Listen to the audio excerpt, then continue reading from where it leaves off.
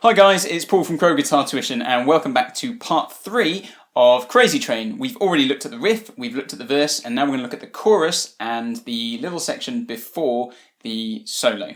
So let's dive straight in.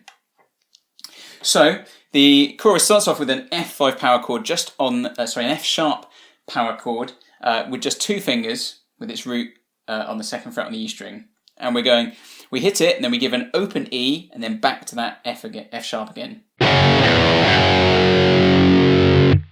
Okay, so we go back to the F sharp, and then we've got second fret and open, and then we're going up to a D power chord with its root on the fifth string, again just two fingers. And then what we're doing is we're hitting the fifth fret by itself on the A string, and then we've got harmonics at the seventh fret, which are going to ring out nicely because of that distortion. So if you've not done a harmonic before, you just need to rest, we're going to use our third finger here, rest your third finger directly above the seventh fret on top of the string, not pushing it down, just resting on top. And then when you hit it, you should get that.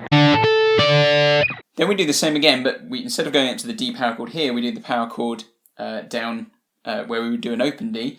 So we're doing like a normal open D, but without that second finger. So I actually tend to use my first and second finger to fret that chord. And then we got... all we're doing there is twice on the D. And then we got third finger at the fourth fret on the A, first finger down at the second fret and down to an open. And that open is actually to an open kind of A5 power chord. So you continue that walk down once you've done those open A's. So we just get again fourth and second frets on the E string there, down to that open E power chord. And then we've got a bend, so I use my all three fingers to grab that note at the fourth fret, and I'm going to bend that string downwards towards the floor. And then it goes to an open. And then what we've got is this little section where there's something different that happens every time you play it.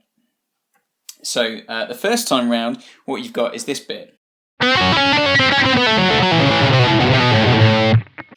So what we're doing there is we're bending at the fourth fret on the G string, so use your third and second fingers.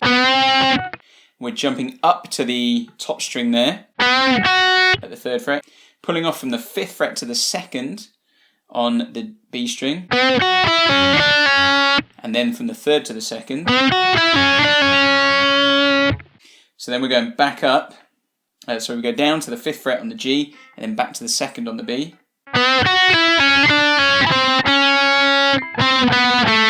So we've got that walk down there with our fourths, third and first fingers from 5, 4 and 2.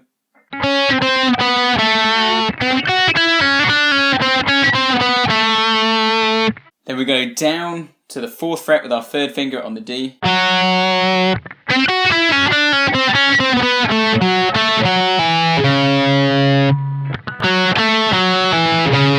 So we're going to use some pull-offs there from the fourth to the second fret on that D string, down to the fourth fret on the A.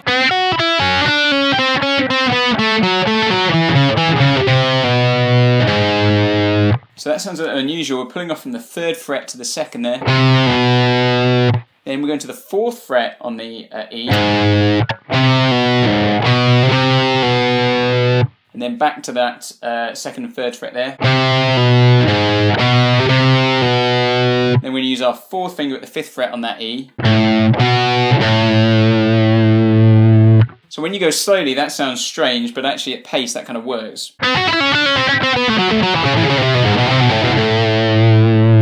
So that's a tricky one, and the real key to that is just taking it real slow. For me, I use a mixture of alternate and economy picking, so I sometimes leap. I might do two ups in a row because I'm coming up on a string and then moving up to another string.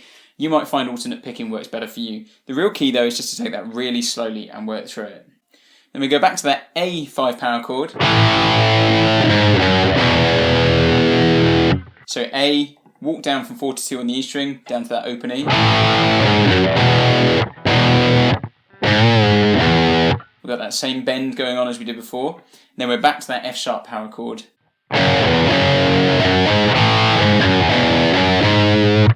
So we're starting on the F power chord, coming off and back on again.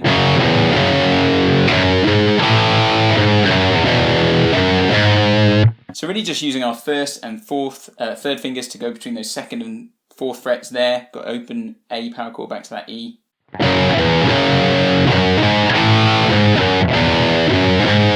Then we go back to that F sharp power chord. And we've got those harmonics there. I would just hit those, it's on the A string around the second fret. To be honest, if you've got enough distortion on there, it's going to come through pretty clearly, so really it doesn't matter quite where you're doing that, but it's natural to stay where you are.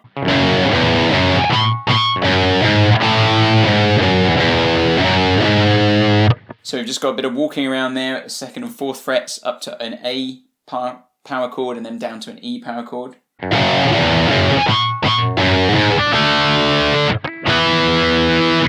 So at the end there, we're repeating basically what we're doing, but we're finishing on a D5 and then an E, what is effectively an E5 power chord. So to do that E5 power chord, we're going to have open E at the bottom. First finger is going to bar across those second frets on the A and D strings. Third finger at the fourth fret on the G, fourth finger at the fifth fret on the B. So that is how the chorus goes, but each time in the middle of the chorus there's something a little bit different going on. So first time we had that. Second time we've got this kind of section which I've never really mastered, to be honest, because I've never played it properly. Which is kind of ascending thing. So it starts off with your fourth finger at the ninth fret on the E string there, first finger back at the fifth fret, and you're pulling off, and use your second finger on the B string at the seventh fret to hit that. You move it up one again. Now this time you keep your second and fourth fingers where they are, but that first finger is going to move up one. And now you're going to keep that same position all the way up until you pull off from 18 to 15.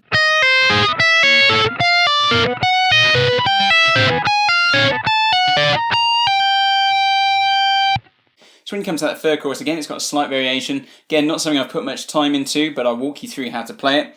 So we're starting off with a bend at the 16th fret on the G, and we're barring across the 14th fret with our first finger behind it. So I'd use my second finger there because I'm going to use my third finger. So my second finger for the bend because I'm going to use my third finger for those pull-offs. So you've got this.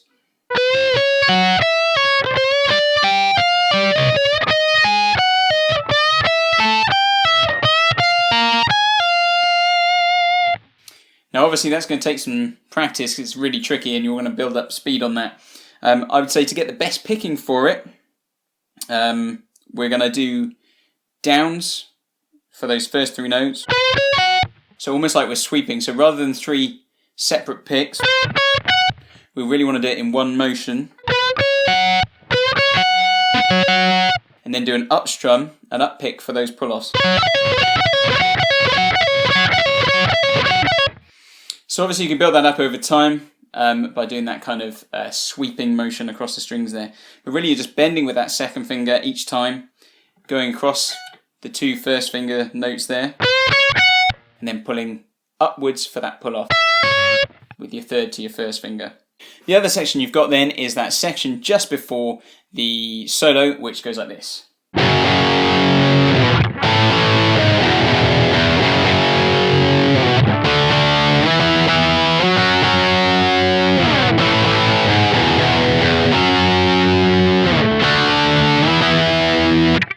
So all we're doing there is very simple power chords. We've got that F5, F sharp 5, I keep saying F5, F sharp 5 power chord. So there on the second fret on the E string, sliding away from it. And we've got open A to an open E.